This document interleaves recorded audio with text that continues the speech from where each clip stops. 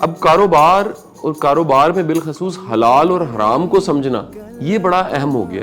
جو بچہ حفظ کر سکتا ہے، قرآن پورا اپنے سینے کے اندر سما سکتا ہے، یہ دنیا کا علم نہیں پڑھ سکتا. مجھے لگتا ہے آپ کی زندگی میں کہیں کوئی بڑا ایک یو ٹرن پیچھے پڑا ہوا ہے. اس یو ٹرن کے بغیر آپ آج جہاں نہ ہوتے وہ کیا ہے؟ یہ جو چیزیں ہیں نا، ممکن ناممکن، یہ ہمارے لیے ہیں، اللہ کے لیے نہیں ہے. ہمارا بنیادی طور پہ تعلق بہاولپور کے ایک گاؤں سے، چولستان سے. وہاں پہ آج بھی بجلی نہیں ہے ہمارے گاؤں میں. غربت کا یہ عالم تھا کہ میرے والد صاحب کی سب سے بڑی خواہش تھی کہ میں زندگی میں کبھی سائیکل خرید لوں، ٹیپ ریکارڈر خرید لوں اور ریسٹ واچ خرید لوں. کہ اپنی اولادوں کو بھی دین ہی پڑھائیں، لیکن ان کو مسجد کے امام نہ بنائیں. مسجد کے امام بھی بنے، یہ نہیں کہ نہ ہی بنے، نہیں بنے، لیکن کام اپنا کریں. آج ایک جو نئی ٹرم دنیا میں متعارف ہوئی ہے وہ ہے سائبر وار کی. یہ سائبر وار میزائل کے بغیر، بندوق کے بغیر یہ لڑی جاتی ہے سوشل میڈیا پہ. ليزاريهم كلت تظاهر ما فيهم فبدت شخصا آخر كي يتفاخر. جی السلام علیکم جی، امید کرتا ہوں کہ آپ خیر و عافیت سے ہوں گے. دین آسان پروگرام، اور آج کا پروگرام میں نہیں، بٹ صاحب میرے ساتھ موجود ہیں، لیکن ایک بڑے زبردست گیسٹ، ایک کمال کے انسان ہمارے پروگرام کا حصہ ہیں. آپ انہیں سوشل میڈیا پہ ان کی ویڈیوز، ان کی پوڈ کاسٹ سنتے ہوں گے. بے شمار لوگ ان کے شاگرد ہیں. انہوں نے ان سے ای کامرس اور کچھ جو آئی ٹی کی سکلز ہیں، ماڈرن سکلز، وہ سیکھی ہوئی ہیں. ایک اپنے شعبے کا بڑا نام ہے حافظ احمد صاحب. آج ہم نے انہیں دعوت دی کہ ہمارے ساتھ بات چیت کریں اور ہم ان کی کہانی سے بھی واقف ہوں. ان کی کہانی میں ایک بڑی خاص بات ہے کہ حافظ صاحب ایک امام مسجد کے صاحبزادے ہیں اور بہاولپور سے ان کا تعلق ہے. بڑی سٹرگل کر کے انہوں نے اپنا نام بنایا. ان کی کہانی کو بھی سنیں گے، اور ساتھ ہی ساتھ جو آج ریئل ٹائم چیلنج ہیں ان کے، وہ چیلنج جو ان کو فیس کرنے پڑتے ہیں کام کے حوالے سے، اور بالخصوص ایک دیندار فیملی کا بچہ جب میڈیا یا سوشل میڈیا کی طرف آتا ہے تو دیکھنا پڑتا ہے کہ وہ کس طرح سے سب چیزوں کو مینیج کرے گا. حافظ صاحب بہت بہت شکریہ. میں چاہوں گا کہ آپ سے بات کرنے سے پہلے میں بٹ صاحب کو شامل کروں اور بٹ صاحب سے یہ سوال کروں کہ بٹ صاحب، یہ جو دنیا ساری کی ساری بدل رہی ہے، آئی ٹی اور ٹیکنالوجی اور اے آئی کا جو ایک ایڈیشن ہوا ہے، ایک ایڈ ہو گئی ہے دنیا میں. اب کاروبار اور کاروبار میں بالخصوص حلال اور حرام کو سمجھنا یہ بڑا اہم ہو گیا. تو آپ بھی حافظ صاحب سے پہلے سے واقف ہیں اور آپ میرا خیال ہے ایک اکٹھے پروگرام بھی کر چکے ہیں. جی پوڈ کاسٹ بھی کر چکے کے ساتھ، آپ کے ساتھ بھی آ چکی ہے، بٹ صاحب کے ساتھ بھی آ چکی ہے. تو میں چاہوں گا بٹ صاحب آپ اپنی رائے کا اظہار کیجیے اور ہماری گفتگو میں شامل ہوئی. جی بسم اللہ الرحمن الرحیم، الصلاۃ والسلام علی رسولہ الکریم. جو حافظ صاحب کو جو درخواست کی نا اس پروگرام میں تشریف لانے کی، اس کی بڑی وجہ بھی یہی ہے کہ جب میں ان سے ملا تو جب انہیں تھوڑا سا اپنا بتایا نا، یہ کہ بھی میں امام صاحب کے بیٹے ہیں اور ماشاءاللہ کس طرح یہ دنیا میں کیا کیا کام کر رہے ہیں، تو مجھے یہ ہوا کہ ان کو ضرور ہمیں اپنے پروگرام میں درخواست کرنی چاہیے کہ یہاں تشریف لائیں. اس کی وجہ کیا ہے کہ ہمارے کئی دوست ہیں، امام مسجد، علماء کرام ہمارے دوست ہیں کئی، تو میں ان سے بھی یہ درخواست کرتا ہوتا ہوں کہ سر آپ ماشاءاللہ علم پڑھا، آپ نے حفظ کیا، اور پھر حفظ کر کے علم پڑھ کے آپ نے پھر یہ طے کیا کہ ہم نے کسی مسجد میں امام ہی لگنا ہے، یا اپنی اولاد کو، بچوں کو کسی مسجد کا امام ہی بنانا ہے. تو میں ان سے درخواست کرتا ہوں، وہ تو ان کی زیادہ وہ بہتر سمجھنے والے ہیں. میں ان سے درخواست کرتا ہوں کہ دیکھیں یہ جو ٹائم، یہ جو ہے نا مائنڈ سیٹ، اس کو ذرا چینج کریں آپ. کیوں؟ جو بچہ حفظ کر سکتا ہے، قرآن پورا اپنے سینے کے اندر سما سکتا ہے، جو اتنی بڑی، اتنی موٹی کتابیں جو صرف کاروبار پیشہ صاحب اتنی موٹی اور اتنی بڑی، کوئی 10-12 کتابیں ہیں میرا خیال ہے، اگر میں غلط نہیں کر رہا تو. وہ جو ساری پڑھ کے ان کو سمجھ لیتا ہے، یہ دنیا کا علم نہیں پڑھ سکتا، یہ دنیا میں کاروبار نہیں کر سکتا. بالکل.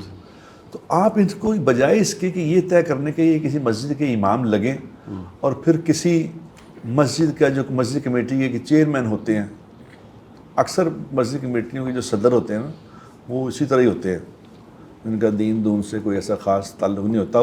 پیسے کی بنیاد پہ کسی کو مل کا مالک ہے، کوئی فیکٹری کا مالک ہے، وہ مسجد کو فنڈنگ کرتے تو وہ چودھری بن رہے ہوتے ہیں.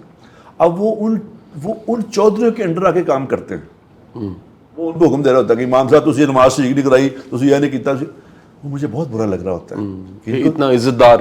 اور جو ہے سر یہاں پہ میں ایک چیز ایڈ کروں کہ یہ جو میں الحمدللہ کافی سالوں سے بزنس کر رہا ہوں یہ سارا، میں اس کے ساتھ تراویح بھی پڑھاتا ہوں الحمدللہ. ماشاءاللہ. تو میں اکثر مدارس میں بھی جانا ہوتا ہوں، میں ان بچوں کو یہی کہتا ہوں کہ آپ امامت بھی کریں، آپ خطابت بھی کریں، لیکن وہ آپ کا سورس آف انکم نہیں ہونا چاہیے. آپ کی انکم سٹریم الگ ہونی چاہیے. آپ کا ایک بزنس ہونا چاہیے، کوئی نہ کوئی ایسا کام ہونا چاہیے کہ آپ جب جائیں تو آپ کو پتہ ہو کہ یار کسی کی ضرورت نہیں ہے مجھے یہ کہہ سکے کہ یہ کرنا ہے اور یہ نہیں کرنا. ایگزیکٹلی. اصل میں یہ جو آپ کو تکلیف دینے کا مطلب بھی یہی تھا کہ لوگوں کے سامنے جو ہمارے ماشاءاللہ مدرسوں کے طالب علم ہیں، میں سمجھتا ہوں یہ سپیریئر لوگ ہیں. بالکل. اور یہ ہیں. بالکل ہیں. اور یہ ہیں. اچھا یہ اس لیے صرف سپیریئر اس لیے نہیں کہ ان کو قرآن حدیث آتا ہے، نہیں، یہ دماغی طور پہ بھی سپیریئر ہیں. بالکل صحیح بات. ان کو اگر یہ والا کانفیڈنس دیا جائے نا کہ آپ تو دنیا میں بھی. اب ہماری جاننے دوست کے مسجد ہے، ان کا بیٹا اتنا انٹیلیجنٹ، وہ اس نے حفظ بھی کیا، مدرسہ بھی پڑھا. تو میں نے ان کا کہ جی آپ نے اس کو پھر لا کے یہی بٹھا دیا ہے یہ کہ یہ مسجد کا امام بنے گا، یہ کیوں کیا؟ اس کو کاروبار کریں. تو آپ سے متاثر میں اس لیے ہوا کہ آپ ماشاءاللہ ایک حافظ بھی ہیں، امام صاحب کے بیٹے بھی ہیں. تو ہم چاہتے ہی یہ ہیں کہ لوگوں کو یہ موٹیویشن ہو کہ بھئی دین جو سیکھ رہا ہے، دین جس کو آتا ہے، جس کو سمجھ ہے، اب اس کو ایک کانفیڈنس بھی ہونا چاہیے. کانفیڈنس اللہ کی طرف سے ایک معاملہ ہے کہ کانفیڈنس جو ہے نا یہ چونکہ دور مادی ہے نا اب صاحب، یہ دور مادی. اس وقت یہ ہمارے ایک بزرگ ہوتے تھے بھائی مسیح الزمان صاحب رحمۃ اللہ علیہ. مسیح الزمان صاحب وہ ہمارے رائیونٹ کے مقیم بھی تھے شاہ صاحب، اور وہ چیف سیکرٹری ریٹائر بھی تھے. چیف سیکرٹری آزاد کشمیر تھے، وہ ریٹائر ہوئے تھے وہاں سے. تو پھر آ کے رائیونٹ میں مقیم ہو گئے. ان کے بیٹے بھی ماشاءاللہ ابھی رائیونٹ میں مقیم ہیں، اور وہ ان کے جو بیٹے مقیم ہیں وہ بھی آکسفورڈ سے پڑھے ہوئے ہیں. ماشاءاللہ. آکسفورڈ سے انہوں نے پی ایچ ڈی کی ہے، اور آکسفورڈ میں انہوں نے پڑھایا بھی ہے. 2 سال ٹیچنگ بھی کی ہے. پھر یہاں آ کے وہ مولوی بنے، اب یہاں دین کا کام کر رہے. تو وہ مجھے مولانا مسیح الزمان صاحب رحمۃ اللہ علیہ فرمایا کرتے تھے کہ نہیں میاں یہ اس وقت کا، اس صدی کا، بلکہ اس صدی کا نہیں، کئی 2-3 صدیوں کی بات کرتے ہیں، 2-3 صدیوں کا سب سے گھٹیا دور یہ گزر رہا ہے. میں کہتے جی کیسے گھٹیا دور؟ کیسے کہتے گھٹیا دور؟ اس لیے کہ اس وقت لوگوں کی قیمت مال کے اوپر لگائی جاتی ہے. کہ جس کے پاس مال ہے بالکل یہ سمجھدار بھی ہے، بالکل یہ عزت دار بھی ہے، یہ عقل مند بھی ہے. اور جس کے پاس مال نہیں ہے یہ بیچارہ جتنا مرضی انٹلیکچوئل، جتنا مرضی سمجھدار ہے، لیکن اس کی کوئی حیثیت نہیں. وہی کہتے ہیں نا غریب آدمی اگر جھک کے سلام کرے تو اس کا مقصد ہوگا، حالانکہ ایسا نہیں ہے. اچھا آپ نے جو بٹ صاحب بات کی، سوری شاہ صاحب میں اس میں ایک چیز ایڈ کرنا چاہوں گا. جو بٹ صاحب نے بات کی، ایک تو میری خوش قسمتی ہے میں یہاں آیا ہوں اور مجھے خود بڑا سیکھنے کو ملتا ہے کہ ہم جو بات کر رہے ہیں کہ امام مسجد ہے یا وہ کوئی ہے تو وہ ساتھ کوئی کام بھی کرے. تو سب سے زیادہ دین کا علم کس کے پاس تھا؟ صحابہ کرام کے پاس تھا. انہوں نے کاروبار کیا. مطلب ہمارے پاس تو مثال موجود ہے نا کہ صحابہ کرام کاروبار کرتے تھے، ساتھ دین کا کام بھی کرتے تھے. صرف دین کے کام کی طرف نہیں تھے، یا اگر تھے بھی تو ساتھ ان کا ذریعہ معاش دین نہیں تھا. میرے کہنے کا مطلب یہ ہے. تو دین کا کام بہت بڑا کام ہے، کرنا چاہیے، ہر مسلمان کی ذمہ داری ہے. ہمارے یہاں انفارچونیٹلی یہ بھی ہے نا کہ دین کا کام صرف مدرسے والے کی ذمہ داری ہے. ایسا بھی تو نہیں ہے. ہر آدمی کو اپنے باپ کا جنازہ پڑھانا آنا چاہیے. ہر آدمی کو پتہ ہونا چاہیے جنازہ کیسے پڑھاتے ہیں، نکاح کیسے پڑھاتے ہیں. بنیادی مسائل اصل میں دونوں طرف ایسا ہے. ہمارے ہاں جو دوسرا طبقہ ہے وہ یہ کہتا ہے کہ یہ کام صرف دینداروں کا، اور دیندار سمجھتے ہیں کہ ہمارا کام صرف یہ ہے، ہم نے معاش کا کوئی کام نہیں کرنا. تو میرے خیال میں اگر دونوں چیزوں کو کے ملاپ سے چلا جائے تو آسانیاں پیدا ہوتی ہیں. شاہ صاحب اس میں اور بھی ایک بات بتاؤں، جس سے جب جو آپ ہمارے پروگرام کرتے ہیں اس میں نیچے کمنٹس پڑھتا ہوں نا، اس سے بھی سامنے بات آتی ہے. اصل میں ہم سمجھتے ہیں کہ یہ جو دین کی بات کرنا ہے نا، یا دین کا کوئی لیکچر دینا یا بات، یہ صرف علماء کرام کا کام ہے، دوسروں کو نہیں کرنا چاہیے. میں سمجھتا ہوں کہ یہ بالکل ٹھیک بات ہے. دین تو علماء ہی سمجھائیں گے.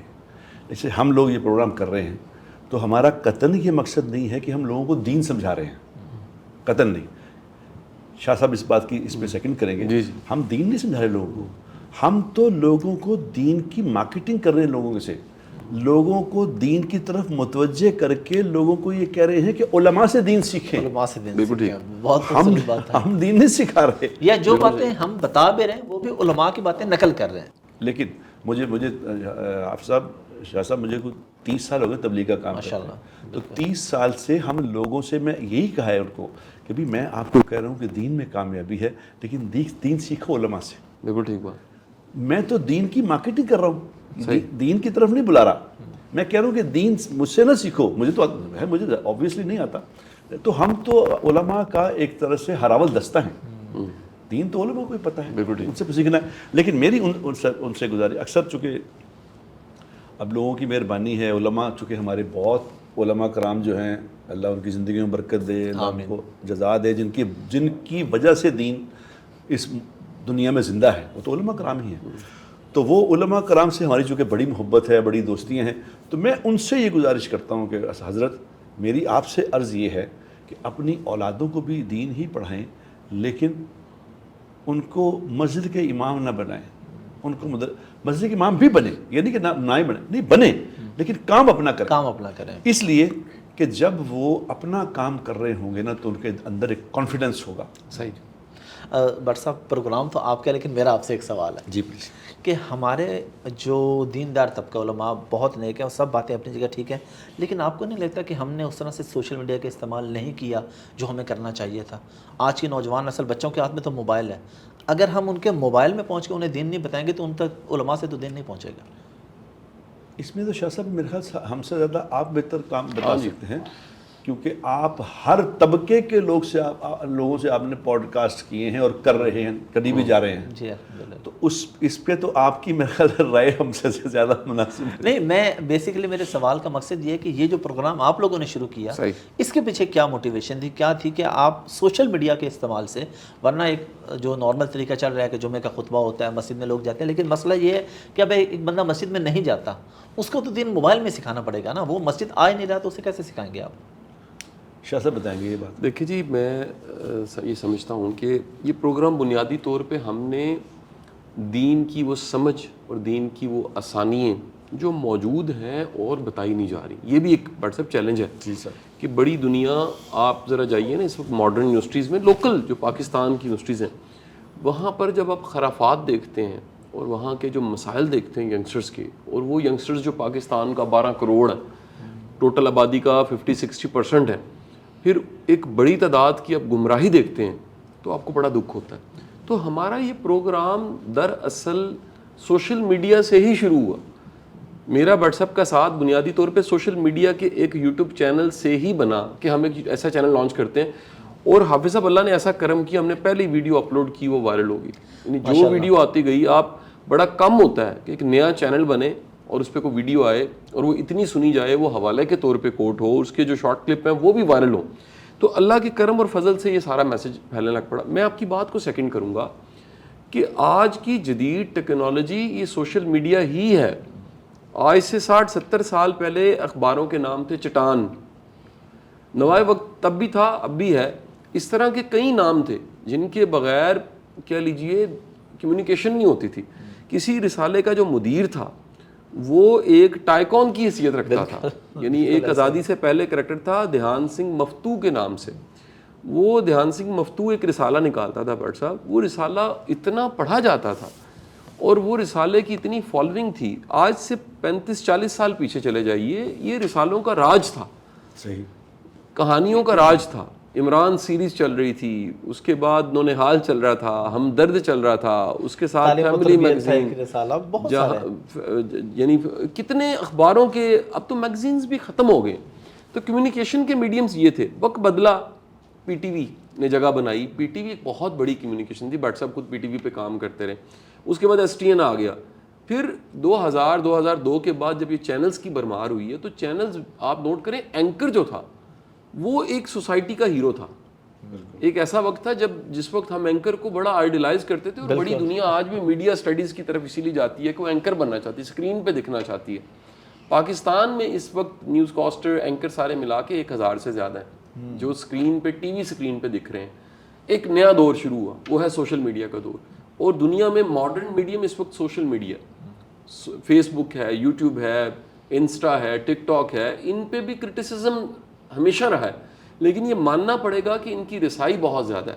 اور سامنے آپ دیکھتے ہیں, آپ کو نہیں پتا آپ کے اخبار میں جو آپ نے کالم لکھا ہے وہ کتنوں نے پڑھا ہے, لیکن یہاں پر تو آپ کو سامنے نظر آتا ہے کہ یہ آپ کی ویڈیو ہے اور یہ کتنے لوگوں نے دیکھی ہے. اور دیندار لوگوں کو اس کی طرف ضرور آنا چاہیے. آج ایک جو نئی ٹرم دنیا میں متعارف ہوئی ہے وہ ہے سائبر وار کی.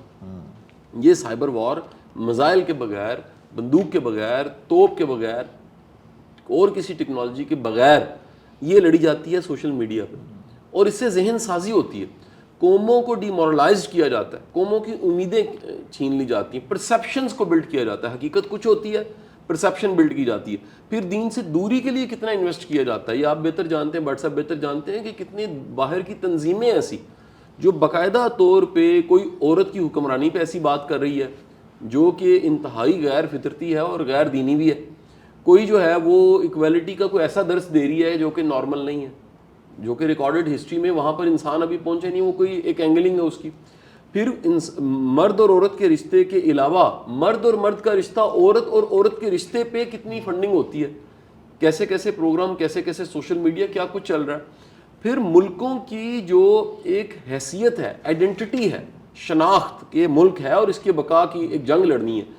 فوج کے علاوہ سوشل میڈیا ایک پوری بریگیڈ بن چکی ہیں جو کہ پوری جنگ لڑتی ہے اور پرسیپشنز کو بلڈ کرتی ہے, پرسیپشنز کو خراب کرتی ہے. دیندار طبقے کو تو لازمی سیکھ کے, اور یہ مثالیں ہیں. واٹس ایپ ایک بڑی بہترین مثال ہے. میں خود واٹس ایپ کو بڑا عرصہ سوشل میڈیا پہ فالو کرتا رہا. ان کے جمعے کے جو خطبے تھے, یہ جہاں جو جمعہ پڑھاتے ہیں وہ اپلوڈ ہو جاتے تھے, میں سنتا تھا ریگولر. واٹس ایپ میرے سے ملے بعد میں ہوں گے, پہلے ہم سوشل میڈیا, آپ سے میں ملا بعد میں ہوں, آپ کو فالو کر رہا تھا میں سوشل میڈیا پہ, آپ مجھ سے ملے بعد میں ہیں. لیکن آپ کو تو خیر ہم بہت پہلے سے دیکھ رہے ہیں, بالکل واٹس ایپ کو بھی دیکھنا نہیں, اتنے بھی چھوٹے نہیں تھے. تو گزارش یہ ہے کہ یہ جو ایک جدید دور آ چکا ہے, اس میں صلاحیت کا, ٹیکنالوجی کا جدید ہونے کے ساتھ ساتھ ہمیں لوگوں کو بھی اپ گریڈ کرنا چاہیے. ہم کہتے ہیں سیل فون اپ گریڈ ہوا ہے, 3310 تھا, آج اینڈرائڈ فون آ چکا ہے. لوگوں کو بھی, ہمارے دیندار طبقے کو بھی اپ گریڈ ہونا چاہیے, اور اپ گریڈ ہونے کا مطلب ہے سوچ جدید ہونا. اچھا, اس میں ہم یہ چیز دیکھ رہے ہیں کہ لوگ دین سیکھنا بھی چاہ رہے ہیں. یعنی اب سوشل میڈیا پہ آتے ہیں تو پتہ لگتا ہے کہ واقعی لوگوں کے اندر کتنی جستجو ہے, لگن ہے کہ لوگ, آپ اسلامک ٹاپک پہ کوئی ویڈیو بنائیں, لوگوں کو کچھ بتائیں تو لوگ دیکھتے ہیں, پسند کرتے ہیں, اپنے رائے کا اظہار کرتے ہیں, مزید سیکھنا چاہتے ہیں. تو یہ بڑی بنیادی ضرورت ہے جس پہ آپ لوگ کام کر رہے ہیں ماشاءاللہ. ابھی تک کچھ ایسی پرابلمز ہیں یا کوئی ایسے مسائل ہیں کہ ابھی تک جو علماء کرام ہیں بڑے بڑے, جو جن کو لوگ فالو کرتے ہیں بہت زیادہ, وہ ابھی سوشل میڈیا سے اتنے یعنی قریب نہیں اس کی آئے, بھی دور ہیں ان سے. تو ابھی جو لوگ سوشل میڈیا پہ کام کر رہے ہیں, جیسے شاہ صاحب نے فرمایا کہ 1000 کے قریب اینکر ہے, 1000 کے قریب اینکر. تو میں یہ سمجھتا ہوں کہ اس وقت نا مسئلہ کیا ہے, مسئلہ یہ ہے کہ اب ایک جو وار ہے نا وہ چل پڑی ہے کہ جی میرے ویوز کتنے ہیں. یعنی سو مچ سو کہ مجھے اس کا شدید افسوس ہوا یہ بات سن کے, سچی بات ہے. میں حالانکہ ہم تو کسی کے خلاف بات نہیں کرتے, لیکن وہ محمد علی ایک ہے, وہ کیا نام ہے اس کا, انجینئر صاحب جو ہیں, وہ انجینئر یعنی بات دین کی کر رہا ہے, لیکن وہ کہہ رہا ہے کہ جی میرے تو 1 لاکھ سے زیادہ فالوور ہیں, میرے سے تو کوئی بندہ وہ بات کرے جس کے 1 سے زیادہ یہ کیا بات کر رہے ہو. آپ کے 2 سننے والے ہیں, لیکن آپ کے ذمہ تو خیر کی بات کرنا ہے. جو لوگ اینکر بیٹھے ہیں اس پہ بات کر رہے ہیں, جن کو اللہ نے مشہور بھی کر دیا ہے وہ, اور اللہ نے پیسے بھی دے دیے ہیں. ہاں صاحب, میں بہت سارے اینکروں کے میں نام تو یہاں نہیں لیتا, میں پرسنلی جن کو جانتا ہوں, یہ میرے سامنے موٹر سائیکلوں پہ تھے, یقین کریں, اور موٹر سائیکلیں بھی تھوڑوں کے پاس تھی, کسی کے پاس. اب ان کے پاس V8 ہیں, V8 گاڑیاں, اور آگے پیچھے ان کے ڈالے ہیں. میرے سامنے موٹر سائیکلیں تھی, میں سنی بات نہیں کر رہا, وہ کہیں تو میں میرے سامنے آ کے میں سے بھاگے موٹر سائیکل, اللہ نے پیسے بھی دے دیے. لیکن ان کے ذمے یہ ہے کہ اگر آپ یہاں بیٹھے ہیں, لوگ آپ کی بات سن رہے ہیں, تو یار ویوز بڑھانے کے لیے جھوٹ نہ بولیں, ویوز بڑھانے کے لیے غلط باتیں نہ لوگوں میں پھیلائیں کہ بھی سوشل میڈیا اس بات سے بڑا پڑا, غلط بات تو ایک دم پھیل جاتی ہے. یہ بڑی ذمہ داری بھی ہے, اللہ نے کہتے کہ دیا ہے. تو اس لیے میرا بھی ذاتی یہ خیال ہے کہ جو سچ مچ کے لوگ ہیں, جن کو سچ مچ کے لوگ کہتا ہوں, ان کے ذمہ داری ہے کہ اس وقت اس کو آ کے, آپ خود دیکھیں نا, آپ نے صرف پوڈ کاسٹ ہی کیا ہے, تو پوڈ کاسٹ کے ذریعے لوگوں سے لوگوں کے خیالات لوگوں کے ویوز لوگوں تک پہنچائے ہیں آپ نے, تو آپ کو خود کتنی مشہوری مل گئی. بالکل بالکل صحیح بات ہے. مشہوری بھی مل گئی, پیسے بھی مل گئے. ٹھیک ہے, اقرار کرو اللہ کا کرم ہے. ٹھیک ہے, دونوں چیزیں مل گئی. بالکل اب آپ کے ذمے کیا ہے؟ آپ کے ذمے ہے کہ جس چیز سے اللہ نے آپ کو مشہوری بھی دی, جس سے اللہ نے روزی بھی دی, اب اس میں لوگوں کی خیر کی بات پھیلائیں. بالکل. یہ میں سمجھتا ہوں آپ جو کرتے ہیں, پروگرام کر رہے ہیں, اس میں اس بات کا خاص خیال رکھیں کہ لوگوں کو لا کے نا ان کو پہلی بات یہ بتایا کریں کہ جناب میرا مقصد یہ ہے کہ لوگوں تک صحیح بات پہنچ جائے, کیونکہ پیسے تو قسمت میں جو لکھے وہ ملیں گے بے شک, لیکن یہ کہ اگر میرے ذریعے کوئی خیر کی بات پھیل جائے گی نا, بالکل, تو میں مر بھی جاؤں گا نا, تو وہ خیر کی بات میرے ساتھ کیا جاری ہے, وہ آخرت میں اس کا وہ چلے گی ساتھ. بے شک بے شک. حافظ صاحب, آپ کو کیا کس طرح کی تنقید کا سامنا کرنا پڑا جب میں تو آپ کو جانتا تھا ای کامرس کے ٹرینر کے طور پہ, اسپیکر کے طور پہ, اور اس میں آپ کام کر رہے تھے, لوگوں کو اسکل سکھا رہے تھے. جیسے ہی آپ سوشل میڈیا کی طرف آئے اور بالخصوص آپ نے پوڈ کاسٹ اسٹارٹ کیا, کس طرح کی مزاحمت تھی اور کس طرح کے طریقے سے آپ کو تنقید کو دیکھنا پڑا؟ شاہ صاحب, برداشت کا بڑا مسئلہ ہے سوسائٹی میں. یعنی میں نے اگر ایک طبقے کے عالم کو کیا ہے تو دوسرے گالیاں دے رہے ہیں, ان کے کو کیا ہے تو ادھر والے گالیاں دے رہے ہیں. خیر کچھ ایسے بھی ہیں جو نہیں دیتے, زیادہ تر لوگ نہیں دیتے, لیکن جو دیتے ہیں برداشت, یہ جو سب سے بڑی چیز میں نے دیکھی. اور اگر فار ایگزامپل میں نے کسی پولیٹیشین کو کیا ہے تو اس پارٹی کو کیا ہے تو دوسری پارٹی نے گالیاں دی, ان کو کیا ہے تو اس پارٹی نے گالیاں دی. تو سب سے بڑا مسئلہ ہمارے اندر برداشت کا ہے کہ ہم یہ نہیں دیکھتے کہ چلیں یار یہ بات کریں, اس کی بھی سن لیں, وہ کریں, آپ اپنی مرضی کریں جو آپ کو سمجھ آ رہا ہے. لیکن اتنے ٹالرنس ہونی چاہیے کہ ہم دوسرے بندے کو بھی اس سیٹ پہ اور اس اسکرین پہ بیٹھا دیکھ سکیں جہاں پہ ہم اپنے بندے کو بیٹھا دیکھتے ہیں. تو یہ بات ویسے انہوں نے بڑی زبردست کی ہے شاہ صاحب. ہمارا اسلام کے ساتھ ایک لگ جاتا ہے کہ جی یہ دیوبندی ہیں, یہ بریلوی ہیں, بالکل, میں بس نام نہیں لے رہا تھا, ٹھیک ہے, یہ لگ جاتا ہے کہ جی یہ جو 4-5-6 مشہور فرقے ہیں, جی یہ اہل حدیث ہیں, یہ دیوبندی ہیں, یہ بریلوی ہیں, جی یہ فلاں ہیں. اب ہمارے مصیبت یہ ہے, یہ چونکہ اس کو آپ سمجھ لیں حافظ صاحب, اویئرنیس کی کمی سمجھ لیں یا لیک آف ایجوکیشن سمجھ لیں, یا اتنا شعور ابھی ہمارے شاید لوگوں میں شاید کم آیا ہے. یہی بنیادی مسئلہ ہم نے یہی دیکھا. لیکن کوشش کر رہے ہیں کہ ایسے ایسے لوگوں میں اویئرنیس آئے. اور میں الحمدللہ اس حوالے سے کافی یہ بھی کرتے رہتا ہوں کہ مجھے ایک دفعہ ایک بندے نے رابطہ کیا, اس نے کہا آپ نے وہ فلاں آدمی کو بلایا تھا, انہوں نے جو باتیں کی ہیں نا, میں نے ان کے جواب میں کچھ باتیں کرنی ہیں آپ کے پلیٹ فارم پہ آ کے. میں نے کہا یار میرا یہ فارمیٹ نہیں ہے مقابلے بازی کروانا نا. میں نے کہا میرا فارمیٹ ہے رسپیکٹ سے گیسٹ کو بلانا کرنا. مجھے سر انہوں نے آفر شروع کی میرے خیال $1,500 سے $3,500 تک وہ گئے, وہ بندہ پیسے دینے میں کہ میں نے فلاں کے خلاف بولنا ہے لیکن آپ کے پلیٹ فارم پہ بولنا ہے. میں نے نہیں بلایا. میں نے کہا کہ یار یہ فارمیٹ نہیں ہے, میں یہ کام نہیں کرتا. وہ $3,500 والا ہمیں بھی لا دیں.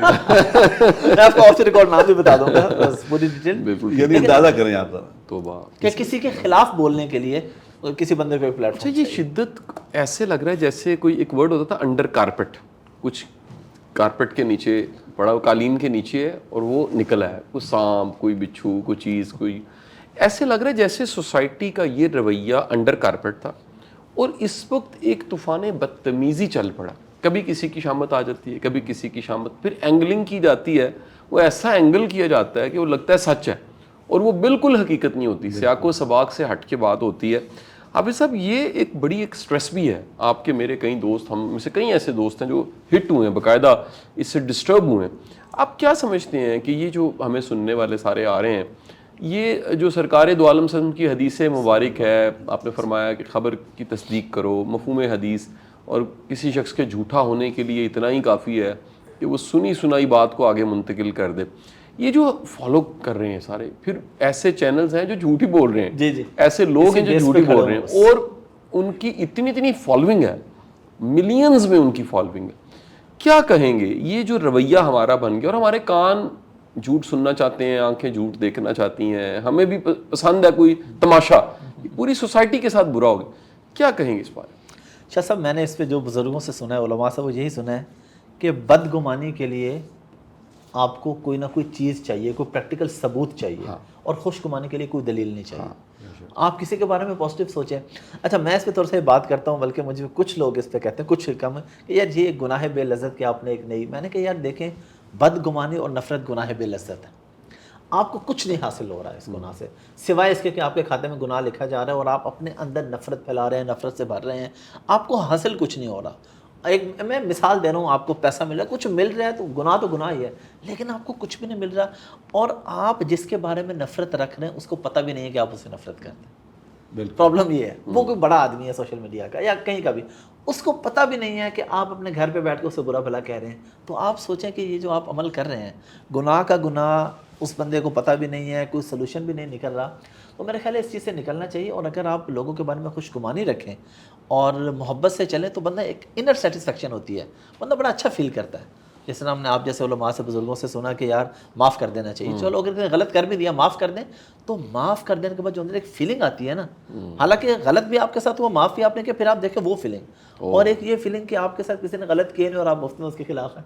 بالکل صحیح، کچھ بھی نہیں بگاڑا آپ کا، کچھ بھی نہیں. تو اگر آپ اسے معاف کر دیں بھائی، بالکل ٹھیک. اس نے آپ کا کچھ بھی نہیں بگاڑا، پھر بھی آپ اسے معاف کر دیں. آپ کی سٹوری میں دیکھیں ایک بڑی سٹرگل ہوگی. بہاولپور سے آپ کے والد صاحب لاہور آئے اور امام مسجد ہیں، آپ کی اپنی سٹوری میں بھی ایک سٹرگل ہے. زندگی کے کچھ وہ واقعات جہاں پر آپ کو لگا ہے کہ بالکل یو ٹرن ہو گیا، پازیٹیو نیگیٹو کچھ بھی، وہ آپ سے سننا چاہیں گے. بڑی دنیا آپ کو فالو کرتی ہے. میں چاہ رہا تھا بٹ صاحب کچھ ایسی باتیں بھی پوچھیں نا جو تھوڑی ہٹ کے ہوں.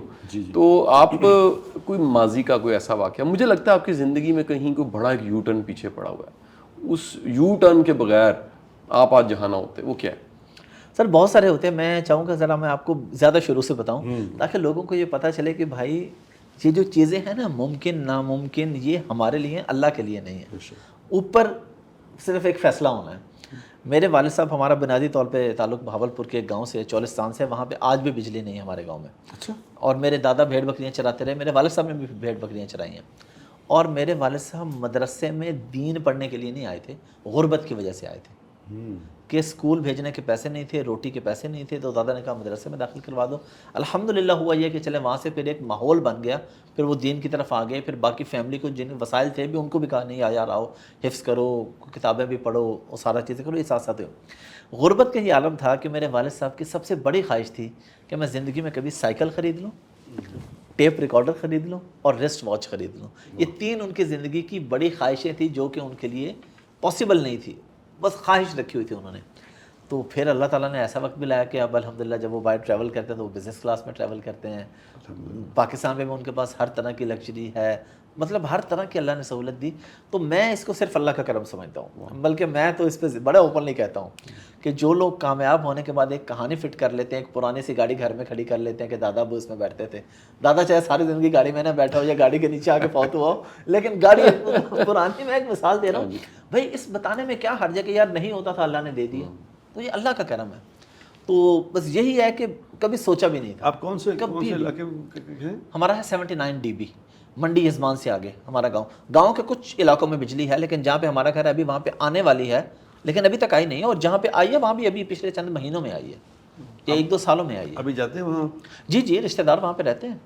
نہیں آپ جاتے ہیں؟ جی بالکل جاتے ہیں، ہر سال 5-6 دفعہ چکر لگتا ہے سال کے اندر. اچھا، بڑے مزے کی زندگی ہوتی ہے ویسے جہاں. اور ڈیزرٹ چولستان ہے، بالکل ریت ہی ریت ہے، ریت کے ٹیلے. شاہ صاحب یہ انہوں نے یاد کرا دیا. میں چھوٹا سا تھا، 14-15 سال کا. تو یہ بہاولپور کا یہ ایک علاقہ ہے حاصل پور. جی بالکل. حاصل پور میں مجھے یاد ہے کہ بس جاتی تھی، تو وہ حاصل پور بس پہنچتی تھی. اگر وہ 5 بجے کے بعد بس پہنچی تو 5 بجے کے بعد پھر آگے گاؤں میں بس نہیں جاتی تھی. بالکل ایسے ہی تھا. شام ہو گئی تو بس نہیں آگے جانی. تو وہ وہاں سے حاصل پور سے کوئی 30 میل کے فاصلے پہ، یعنی 45-50 کلومیٹر کے فاصلے پہ ایک گاؤں تھا 145 مراد. اس میں لائٹ نہیں تھی. اور میں بچپن میں گرمیوں کی چھٹیاں میں اسکول سے چھٹی ہوتی تھی وہاں جایا کرتا تھا. تو 2 مہینے وہاں گزارتا تھا بغیر لائٹ کے. آپ کا کوئی ریلیٹیو تھے جی وہاں پر؟ میری بہن کی وہاں شادی ہوئی تھی. میرے بہنوئی وہاں رہتے تھے. ہمارا تو اپنا گاؤں، ہم تو لاہور کے ہی تھے. تو شوق بڑا تھا گاؤں میں جانے کا، کہ گاؤں کی زندگی دیکھنے کا. کیونکہ گاؤں کی زندگی اصل میں، حالانکہ لائٹ وہاں، آپ سوچیں کہ لاہور کا رہنے والا بچہ تو لائٹ وہاں نہیں ہے اور گرمی ہے جون جولائی، لیکن بڑا ہی مزہ آتا تھا اور بڑا ہی نیچرل زندگی تھی. اور وہ بڑا ہی انتہائی غریب سا گاؤں تھا جس میں میرا خیال ہے میں 2 مہینے بھی اگر رہا ہوں نا وہاں شاہ صاحب، تو 2 مہینے میں ایک دفعہ بھی گوشت نہیں پکا. لیکن زندگی اتنی مزے کی تھی کہ دل کرتا تھا وہاں جانے کو. حالانکہ روٹی نہ کھانے کو نہ پینے کو کچھ, ویسے وہ ایک آدھ گائے بھینس رکھی ہوئی اس کا دودھ پی کے, تو کتنی مزے کی زندگی ہے وہ وہاں پہ. بٹ صاحب آج بھی جو راتیں ہیں وہ ٹھنڈی ہوتی ہیں. ہاں, شدید گرمی میں بھی ڈیزرٹ کی راتیں ٹھنڈی ہوتی ہیں, بڑی مزیدار. اچھا ٹرننگ پوائنٹ آپ نے پوچھا تھا. ٹرننگ پوائنٹ یہ تھا سر کہ میں نے, بلکہ یہ بھی لوگوں کی, کیونکہ دین آسان ہے تو میں بتاتا ہوں کہ میں نے ایم اے اسلامیات کیا ہوا. ماشاء اللہ. میرا جو آئی ٹی کا یا انگلش کا کوئی بیک گراؤنڈ نہیں ہے بھائی, کچھ بھی ایسا نہیں ہے. میں نے ماسٹرز اسلامک اسٹڈیز میں کیا پی یو سے اور پنجاب یونیورسٹی. اس کے بعد میں یو کے چلا گیا اسٹڈی ویزا پہ. لیکن ٹو بی آنسٹ میں پڑھنے نہیں گیا تھا. 2011 کی بات ہے, غریب اتنے تھے, ہم نے کہا چلو یار وہاں چلے جائیں گے, کوئی مزدوری کریں گے, کوئی پیسے بن جائیں گے, روزی روٹی نکل آئے گی. تو اللہ پاک نے وہاں پہ بے انتہا کرم کر دیا. میں وہاں پہ پیکنگ کی جاب کیا کرتا تھا. ایک ویئر ہاؤس میں جو بھی چیزیں بکتی ہیں, یہ پین ہے, موبائل ہے, کچھ بھی, اس کو پیک کیا کرتا تھا. وہاں سے 1.5 سال کے بعد اللہ پاک نے کرم کیا. اللہ پاک نے ذہن میں خیال ڈالا کہ یہ جو کسی کے لیے پیکنگ کر رہا ہوں یہ میں اپنے لیے کر لوں. تو وہیں پہ پھر بزنس شروع کر لیا. وہ ٹرننگ پوائنٹ تھا بیسیکلی. یہاں سے انگلینڈ جانا کہہ لیں, یا وہاں کے 1 سال کے بعد جو جاب کرتا تھا وہیں پہ اپنا بزنس شروع کیا اور اللہ پاک نے برکت دے دی. لیکن میں یہ بھی بتا دوں, یہ بات میں آج سے 13-14 سال پہلے کی کروں. آج نوجوانوں کو ضرورت نہیں باہر جانے کی. پاکستان میں بیٹھ کر ڈالرز کمائیں, کوئی بھی کام کرے, کوئی بھی کام کرے. اپرچونیٹیز ہیں جی, مواقع سر بے پناہ ہے. سب سے بڑی اپرچونیٹی یہ ہے کہ چلے آپ کے پروگرام کی بات کرتے ہیں. ابھی یہ پروگرام اینڈ ہوگا اور آپ اپنے گھر چلے جائیں گے, میں بھی چلا جاؤں گا. اس کے بعد یہ پورا پروگرام ایڈٹ ہوگا. میں آپ کو ایگزامپل دیتا ہوں کہ آپ کے پاس ایڈیٹر نہ ہو اور ایڈیٹر آپ کا بیٹھا ہو بہاولپور کے کسی گاؤں میں, تو کیا پاسبل نہیں ہے؟ اس کو بھی ٹرانسفر فائل جائے گی, وہ ایڈٹ کر کے بھیج دے گا. تو باہر کے لوگوں کا یہ کام پاکستان میں بیٹھ کے کریں. موبائل ایپ ڈیولپمنٹ ہے, ویب ڈیولپمنٹ ہے, ڈیجیٹل مارکیٹنگ کا. سر دیکھیں ہر جو بھی چیز آن لائن اویلیبل ہے نا, بزنس یا پیج کوئی بھی, اس کو ضرورت ہے مارکیٹنگ کی.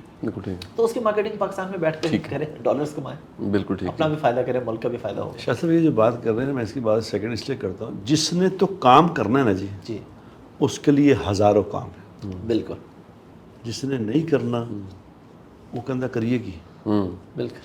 یہ کوئی ایسی بات نہیں ہے کہ یہ جو ہم نے ایک طبقہ, ایک معاشرے میں ایک چیز ڈیولپ کر دی ہے نا آپ صاحب, فقیر ڈیولپ کیے ہیں پیسے دے دے کے کہ جی وہ داڑیاں لوٹ کے ان کو ایک طرح سے ہم نے ان کو اپاہج کر دیا. بالکل. کہ اب وہ کسی کام کرنے جو کہ نہیں, ان کو کام کی ضرورت ہی نہیں پئی. پھر کام میں کیوں کروں جب ایک چیز مجھے روزانہ پیسے مانگ کے, جب کہ حضور اکرم صلی اللہ علیہ وسلم نے اس بات کو, جن باتوں کو بہت زیادہ ناپسند فرمایا نا, ان میں سے سب سے زیادہ میں خیال اگر میں کہوں تو یہ بھی غلط نہیں شاید ہوئے گا کہ ہاتھ پھیلانے کو بہت برا سمجھا.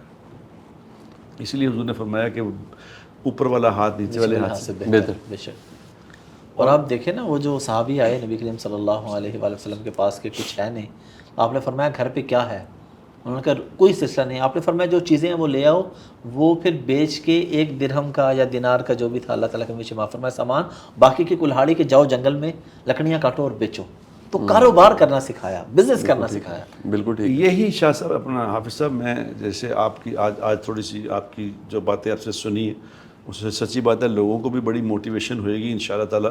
ان بچوں کو بھی جو یہی لے کے بیٹھے ہوتے ہیں کہ ساڈے کو کچھ نہیں گا, یہ بھی ایک میں آپ اور میں دو تو شاہ صاحب کو تو مجھے پتہ نہیں, شاہ صاحب تو پتہ نہیں بچپن سے رئیس ہیں یا کیا چکر ہے ان کا. میں بھی اسٹرگلر ہوں. میری سٹوری تو بڑھ سے بڑی اوپن ہے جی. آپ کی تو اسٹرگل ہے. شاہ صاحب تو مطلب مجھ کو تو ساری زمانہ جانا. ہم انتہائی غربت سے اوپر آئے. بالکل ایسے. لیکن کیا تھا کہ شاہ صاحب یہ انہوں نے بتایا نا کہ میں یقین کریں میں 14 سال کا تھا. 14 سال میری عمر تھی. والد صاحب میرے تھے کوئی نہیں اس وقت, والدہ میری ہوتی تھی. تو میں میٹرک میں پڑھتا تھا, اس میں میٹرک ہوتی تھی, میٹرک میں پڑھتا تھا. تو چھٹیاں 2 مہینے چھٹیاں ہو گئی میٹرک میں, تو میں رات کو ٹاپس کی فیکٹری میں جا کے بوتلیں دھویا کرتا تھا. پوری رات بوتلیں دھوتا تھا, اور ساری رات بوتلیں دھو کے 7 روپے ملتے تھے. تو 7 روپے لا کے اپنی والدہ کو دیا کرتا تھا. اور پھر جب تھوڑا سا یعنی جب سکول شروع ہوتے تھے کام شام, تو میں پھر یہ مال کے اوپر ایک ریسٹورینٹ ہوتا تھا شاہ صاحب 786. اس میں ریسٹورینٹ اتنے ہوتے نہیں تھے, چند ہی تھے, 2 4 5. گو ایک ہوتا تھا, ایک سیلوس ہوتا تھا, ایک یہ 786 تھا. یہ 3 4 ریسٹورینٹ تھے بس. اب 786 پہ میں جا کے وہ جو ہوتے ہیں نا ویٹر, وہ میں کام کرتا تھا کہ وہ میں گاڑیاں جو آتی تھی نا ان کو آرڈر سرو کیا کرتا تھا. لیکن مانگا نہیں کسی سے, یعنی بھوکے تو رہ گئے ہیں, ہاتھ نہیں پھیلایا. تو جو یہ اس آج کی آپ کی آنے کی برکت سے یہ بھی ایک ہمارا پیغام لوگوں کو چلا جائے آپ کی برکت سے، کیونکہ آپ نے جو لوگوں کو بتایا کہ جو ہاتھ پھیلانا سیکھ لے گا نا، حضور اکرم صلی اللہ علیہ وسلم کے فرمان کا مفہوم ہے، جس نے ہاتھ پھیلا دیا نا اس پہ فقر کا دروازہ کھل گیا، ہائے ہائے ہائے، یہ فقیر ہی رہے گا۔ وہ زندگی پر ہاتھ ہی پھیلائے گا، وہ پھر کامیاب نہیں ہو سکے گا، اس کام نہیں لیے کر سکے گا۔ آج اس بات سے میں سمجھتا ہوں کہ یہ اللہ پاک کرے کہ آج ہمارا یہ بات لوگوں تک پہنچ جائے، یار ہاتھ نہیں پھیلانا یار، اللہ قدرت والا ہے، اللہ دینے والا ہے، جو اللہ سب کو دیتا ہمیں بھی دے گا۔ اللہ سے کیوں نہیں مانگتے، کیوں مانگتے لوگوں سے؟ جو نہیں مانگے گا اللہ اس کو حافظ احمد بنا دے گا انشاءاللہ تعالیٰ۔ اچھا جی، میں کلوزنگ کی طرف ہم نے جانا ہے حافظ صاحب، ایک موضوع میں چاہ رہا تھا ہم ضرور ڈسکس کریں۔ آپ کو اوور آل سوسائٹی میں کیا لگتا ہے کیوں اتنی نیگیٹیوٹی ہے؟ یعنی اگر بٹ صاحب کی کہانی، آپ کی کہانی، میں اپنی کہانی سامنے رکھوں تو ہم نے تو ایپل جتنی ترقی کی ہے، ایپل سے مراد یہاں ٹیکنالوجی کی بات کر رہا ہوں کہ کل کی بات ہے ہم کہاں تھے، اور اگر ہم دیکھیں آج یہ 10 سال کے فاصلے پہ صرف چلے جائیں، پیچھے 10 سال پہلے جائیں 2014 پہ کھڑے ہو جائیں، اور آج 2024 ہے۔ ہمارے سننے والے 2014 کو ذرا یاد کر لیں اور 2024، بے شمار طرح کی ترقی، بے شمار طرح کی آسانی، انفرادی طور پہ بڑی دنیا وہ گرو ہی کی ہے۔ ایون میں لیبر کلاس کی بات کر دوں، یقین کریں اینڈرائڈ فون آپ اپنے چھوٹے چھوٹے ورکرز کے ہاتھ میں دیکھ لیجئے، مہنگے فون، 15-18 ہزار روپے، کوئی کم مقدار نہیں ہوتی فون۔